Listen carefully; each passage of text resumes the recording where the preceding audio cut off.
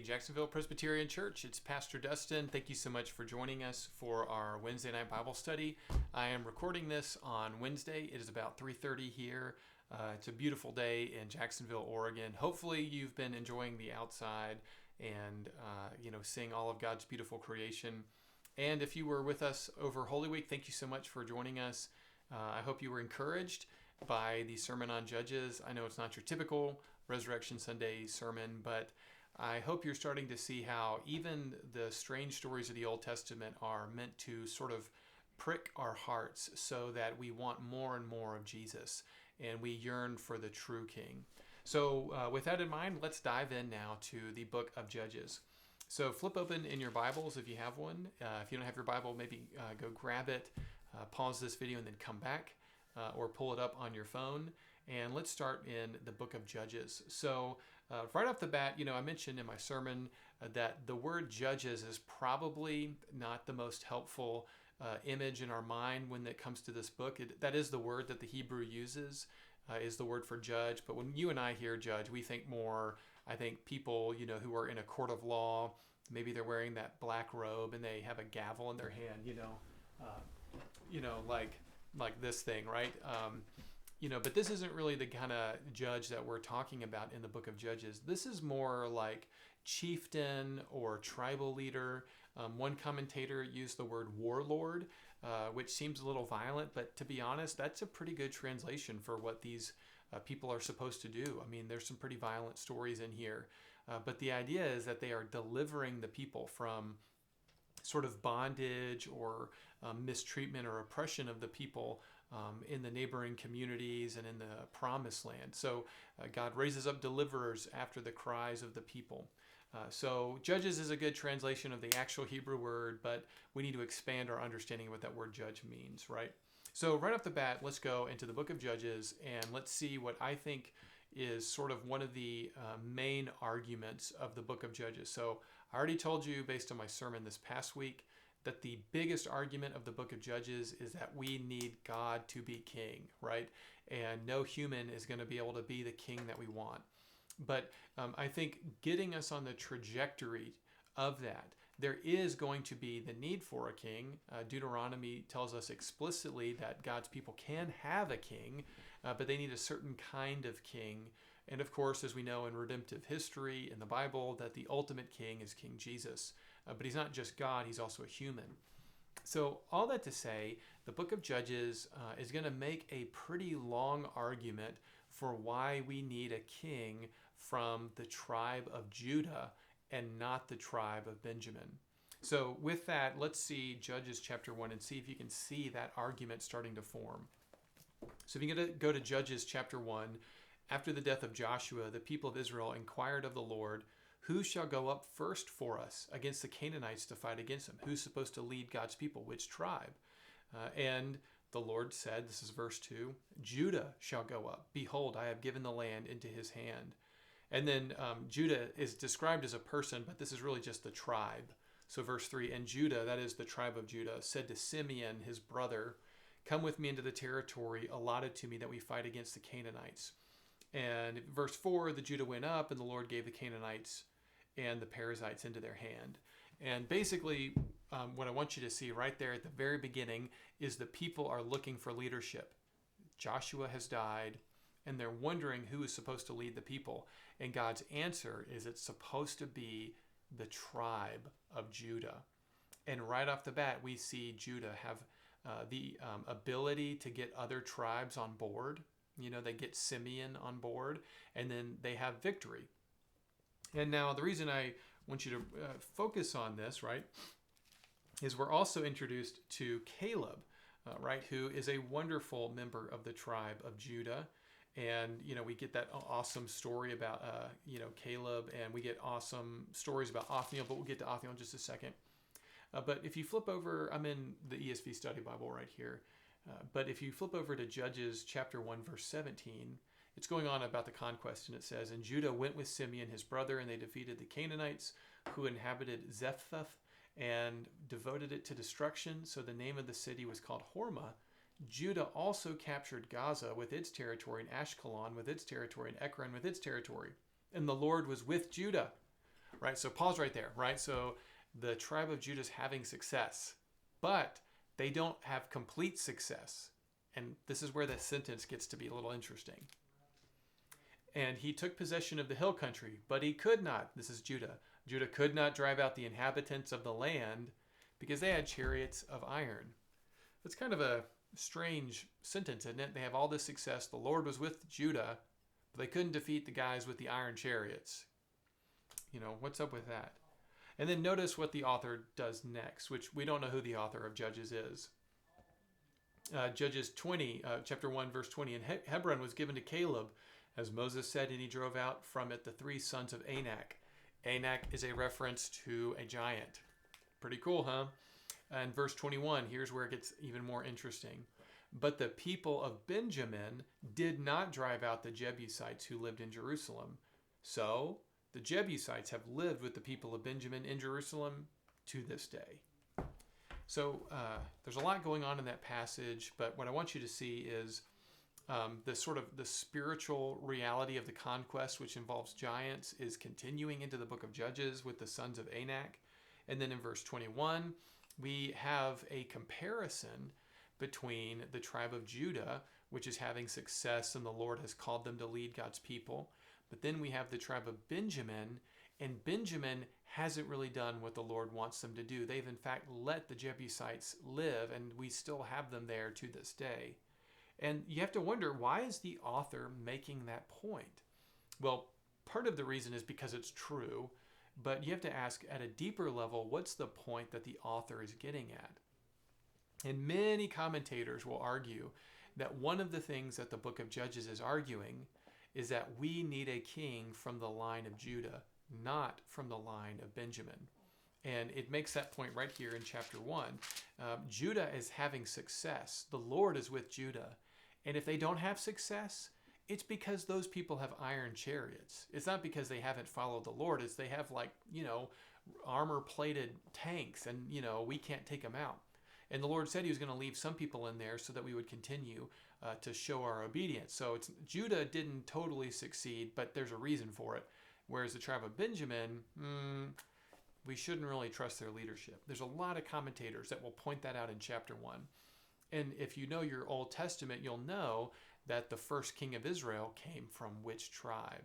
The tribe of Benjamin. Saul was the first king, and he disqualified himself, and then someone from the tribe of Judah named David became the next king. But there was a brief skirmish, as we'll read about as we go through the Old Testament, between the descendants of Saul and David. And so some people postulate that Judges was written during that time when people were trying to decide who should lead us, the tribe of Benjamin or the tribe of Judah. I don't really know if that's true, if it was written during that time. Either way, the point is that we need somebody from the line of Judah. That's the takeaway, right? Which is ultimately pointing us towards Jesus. And really, this is what the Lord has been saying since the book of Genesis, that the scepter, the ruler's staff, will be with the line of Judah. And this ties back to the book of Numbers, where as God's people are sort of marching through the wilderness, who's out front? The line of Judah, right? It was always meant to be about Judah because it was always meant to be about the Lion of Judah, Jesus Christ. All right, so continuing on, you get into chapter 2, and we start to see sort of the basic idea. God's people fail to take over the promised land. So you look in Judges chapter 2, we are introduced to another supernatural experience, which is very interesting. The angel of the Lord. Hey, there he is again. This messenger of the Lord goes up and he says that they have failed to be obedient to the covenant. And so he's no longer going to drive the peoples out. And the people moan and they, weep and stuff. But then we are introduced basically to the cycle of dysfunction, right? In verse 10 it says, "And all that generation were gathered to their fathers, and there arose now another generation," this new generation, the people depicted primarily in the book of Judges, "who did not know the Lord or the work that he had done." Right, so the Lord, the angel of the Lord, whoever that mysterious figure is, comes and he says, you haven't obeyed the covenant, you haven't driven the people out, and so you're now going to have to deal with that. And everyone gets really sad. And we're introduced now into that sort of catapults us into the life experience of people living during Judges. And what it is they're having to struggle with these people groups. But before we dive into the cycle, notice though that there's a generation that doesn't know the Lord or what he has done. And the failure there, of course, is going back to Deuteronomy and the Shema. And you're supposed to tell your children the great deeds of the Lord. And why is there a whole generation of people during Judges that don't bow the knee to King Jesus? Well, the Bible will argue, I think, and Judges is arguing that their parents didn't tell their kids the great deeds of the Lord. So this is a wonderful, sobering reminder to pass on the faith of God's word to our kids. And that if a generation doesn't know what the Lord is up to, that falls on us as parents. It's our responsibility to spiritually lead our kids. And that's never too late. If your kids are grown, hopefully you've got some grandkids. You can talk to them about Jesus and what he has done for us and all the great deeds of the Lord throughout time. But that's always a sobering verse. So all that to say, so basically the cycle is pretty easy. The people disobey. They get the consequences of their actions. They suffer. They cry out for God to deliver them. Because God is merciful, he gives them a judge who delivers them, but then the judge dies. And when he dies, the people are worse than they ever were. That's basically what chapter 2 is depicting, right? That's the cycle of dysfunction. And as you sort of see the book of Judges going, it kind of starts up here. It's good. Things are going well. And then it kind of goes like this. And then it just drops off at the end, right? It starts off growing really well, and then it kind of goes in the bad direction. But, I covered a lot of the book of Judges in the sermon. So I'm just going to hit a couple things that maybe I didn't talk about that I wanted you to be aware of. First, I love chapter 3 of Judges. Judges chapter 3 is one of my favorite passages. It has so much to teach us. The first is there's a guy named Othniel who is the first judge, and he's great. He does nothing wrong as far as we can tell. I think he judges for 40 years. He is the relative of Caleb. He is the preeminent leader. He's from the right tribe. He's got the right credentials. He's got the right last name, so to speak, right? He's got the connection to Caleb. And he is then followed with a guy named Ehud, who is a little bit of a different kind of guy. He's described as being left-handed. This is Judges chapter 3, verse 15. And, if you know the ancient world, you weren't left-handed by accident. I'm left-handed, but in the ancient world, you weren't really given an option to be left-handed. If you were born left-handed, you may be of the age that you were forced to learn things with your right hand. The only reason most people were left-handed back then was if their right hand was somehow maimed or injured. And so it's this beautiful story of God taking probably somebody with a disability or a maimed right hand, and he really, takes it to Eglon and delivers God's people. And the last, judge in chapter 3 is a guy named Shamgar, and we get very little about him. We just get a sentence, but his name is Shamgar, the son of Anath. And the interesting thing about Anath is that's a Canaanite god. So he's Shamgar, named after a Canaanite god. And if I remember correctly, I don't remember if Shamgar is a Hebrew name or not. It may not be a Hebrew name, but don't hold me to that. The point, though, is when it says he's the son of Anath, that brings up this really interesting question, was how is he the son of a Canaanite goddess? Well, it may be that he is the result of sort of cultic prostitution in the land of Canaan. That may be how he was born. We know that Jephthah is the son of a prostitute. So who is Shamgar? How is he connected to this Canaanite goddess? We don't really know. Judges doesn't really go into it. But I love that those three are all sort of clumped together because I think it's a great reminder that God can use all kind of people. He can use somebody with the perfect background, the perfect name, the perfect family. He's got all the T's crossed, the Ivy Leaguer, if you will. And then he can also use somebody who's left-handed and maybe has a disability and people don't really regard him with much, respect. He can use somebody like Ehud. And then, of course, he can use a total guy from out of left field named Shamgar, son of Anath. And he can use all three of those people. What a great reminder that God can use any of us, right? So I think that's the main takeaway from Judges chapter 3. We get into the story of Deborah and Barak, where Barak is supposed to be the judge, and he is, but he's a little cowardly, and so he goes to Deborah, who is judging and sort of judging, and maybe in the more sense that we would think of, deciding matters between people. And he says, well, I'll go to battle if you go with me. And she says, fine, but a woman's going to take your glory. And so it's often seen as sort of Deborah and Barak go together, and that dominates chapters 4 and 5. Great example of the Lord using women for his glory. Good reminder that the story of Judges is not just about guys. Of course, and there's another woman in this story, named Jair, I believe that's her name. And what she does to Sisera is pretty horrific. I'm not going to recount it, but Sisera gets his due, that's for sure. And if you want to know why Sisera had that coming to him, just listen to what his mom says about what he used to do when he'd come back from battle. That's in the Song of Deborah. This is Judges chapter 5, 28 through 31. So, all right, so that transitions us now to Gideon, who I talked about in the sermon. He is a transitional figure for sure. Remember, he turns down the kingship of Israel, saying that the Lord's supposed to rule over us. But, he takes their money. He makes this golden ephod that's really bad that the people worship. And then this is this is lost on some of us because we don't know Hebrew. But he names his son Abimelech, which if you break it down, Av means father. The letter I would mean my. So Abi means my father. And then Melech or Malik is the Hebrew word for king. So even though he doesn't see himself as king, he takes the tribute of a king, and then he names his son, my father is king. Abi Melech, my father is king. And, that kind of mixed message explains a little bit Abimelech's attitude because, Gideon, even though he's not king, takes all this money. He likes the tribute. He names his son, my father is king. And then when Gideon dies, his 70 sons are still alive, but Abimelech betrays his brothers and has them all killed so he can be in charge.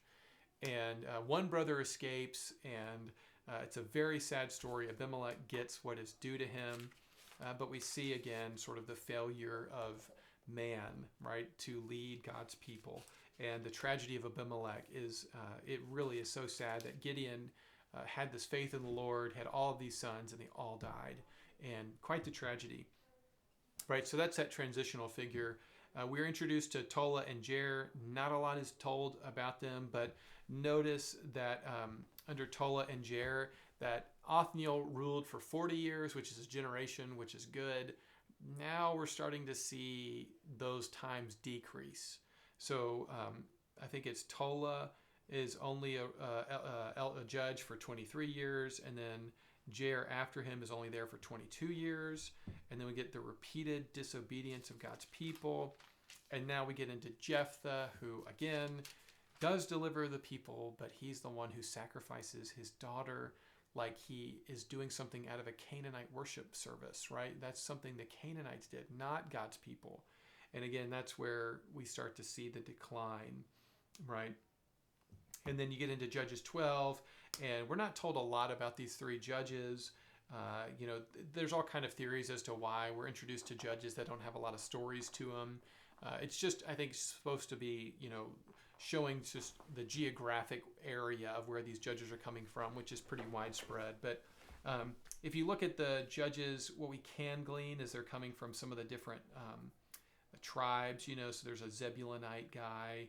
And notice, though, that these three, I'm into Judges 12 now, verses 8 through 15. Notice that Ibzan only judges for 7 years. And then Elon only judged for 10. And then Abdon, he only judged, let's see, it doesn't even tell us how long. But if you notice those numbers, if you're keeping track, right, Othniel's 40, and then we kind of get fewer and fewer, and now guys are just doing it for just a few years, as little as 7. So we're starting to see that decline, right? Not just in the moral character of the judges, but also in their length. So that brings us to Samson, who starts off in Judges 13, and he goes through Judges 16. He gets the most attention of any judge, and commentators are very divided. People are very divided on, is Samson seen as a good character, or primarily a bad character.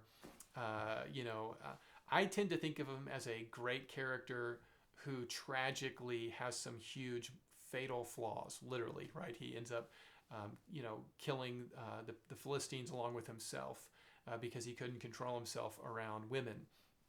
But, his exploits are incredible. The Lord is with him. He delivers God's people. They're totally afraid of him. The people of Israel are oppressed, and he is their defender, right? He is the guy you want on your side in the battle, right? I mean, if you were being oppressed by the Philistines, you better believe you want Samson on your side. Now, of course, does he have huge moral failings? Absolutely. He sees a prostitute. He, kills some people, that, in some ways that aren't really great. But, Judges seems to suggest that that was the Lord's doing. And in the sense that, not that I think that the Lord wants murder to happen, but I think the Lord can use things for his glory that we don't always see perfectly. And all right, so we get into Samson, famously the Delilah story. I don't know that I've got a lot of new information to share about Samson, but I do think he is one of those characters that I think has so many layers to him that it's just helpful to think about. Oh, I do know one thing I do want to point out that's interesting about Samson's story. It's actually, when you go into Judges 13, notice that the angel of the Lord shows back up and has a conversation with Samson's parents, but they're not totally sure that he is some sort of angelic or divine being. He seems to be more like a man. And then when he disappears as part of the offering. So again, who is this mysterious figure who sort of talks on behalf of God, who is the angel of the Lord, so he's distinct from God, but yet he can talk. Gideon talks to such a character, and so does Samson's parents. So again, we get this sort of tantalizing question. Who is the commander of God's armies? Who is this angel of the Lord? Who does Abram talk to in Genesis 18? Who does Samson's parents talk to? Who does Gideon talk to? Gideon seems to treat him like a human until later on he realizes it was the Lord, right? So again, I think the book of Judges is preparing us for Jesus, right?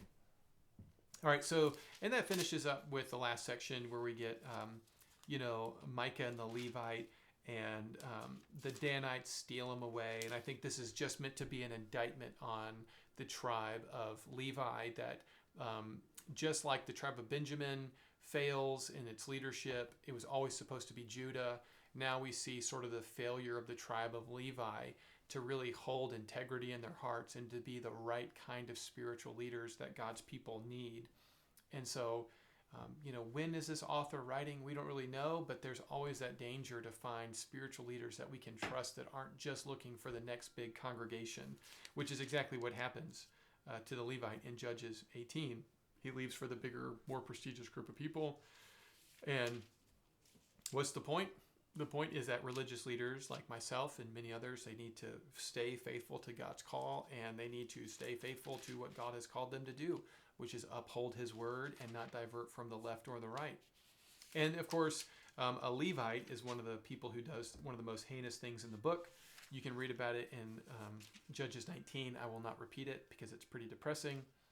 And then, of course, that sends the people into civil war. And then as the sermon went on, all kind of horrible things happened to women and God's people. And it ends with that famous phrase, in those days there was no king in Israel. Everyone did what was right in his own eyes. And my argument is that we need God to be king. And every believer, every member of the land of Israel should have known the law. The law was repeated. It was to be on their hearts and their minds constantly. They were to love the Lord their God with all their heart, soul, mind, and strength. And whether there was a king or whether there were just judges, everybody was responsible to live according to God's law because God put the moral burden on individuals to know his word, to teach it to their kids. And regardless who was in charge, they knew what was right and what was wrong based on God's word. And what a great reminder for us today. The God of Judges is still the same God speaking to us, and he commands us to love him with all of our heart, soul, mind, and strength. And our primary job in life is to love him in return, stay faithful to his covenant promises, and if we have kids, train them in the truth. And if you have grandkids, teach them the gospel and to be faithful to what the Lord is calling us to do. And we may suffer. The time of Judges was a time of suffering, but the Lord is always with his people. The Lord will always send us what we need. He delivered God's people over and over again using judges, and now he has sent us his son, who is better than any judge that he could have ever have sent. And we have him who is with us at all times. So anyway, I hope that was a good introduction to the book of Judges. I'm always surprised at how many people tell me that Judges is their favorite book. I don't know if it's your favorite book or not, but it is pretty exciting, and it leads really, really well into the book of Ruth. And let me just finish with this last thing before you go. Remember, the book of Judges, who is supposed to be king? The Lord is king, right? Okay, keep that in mind for when we get into Ruth this weekend. Okay, thanks. Love you guys. See you soon.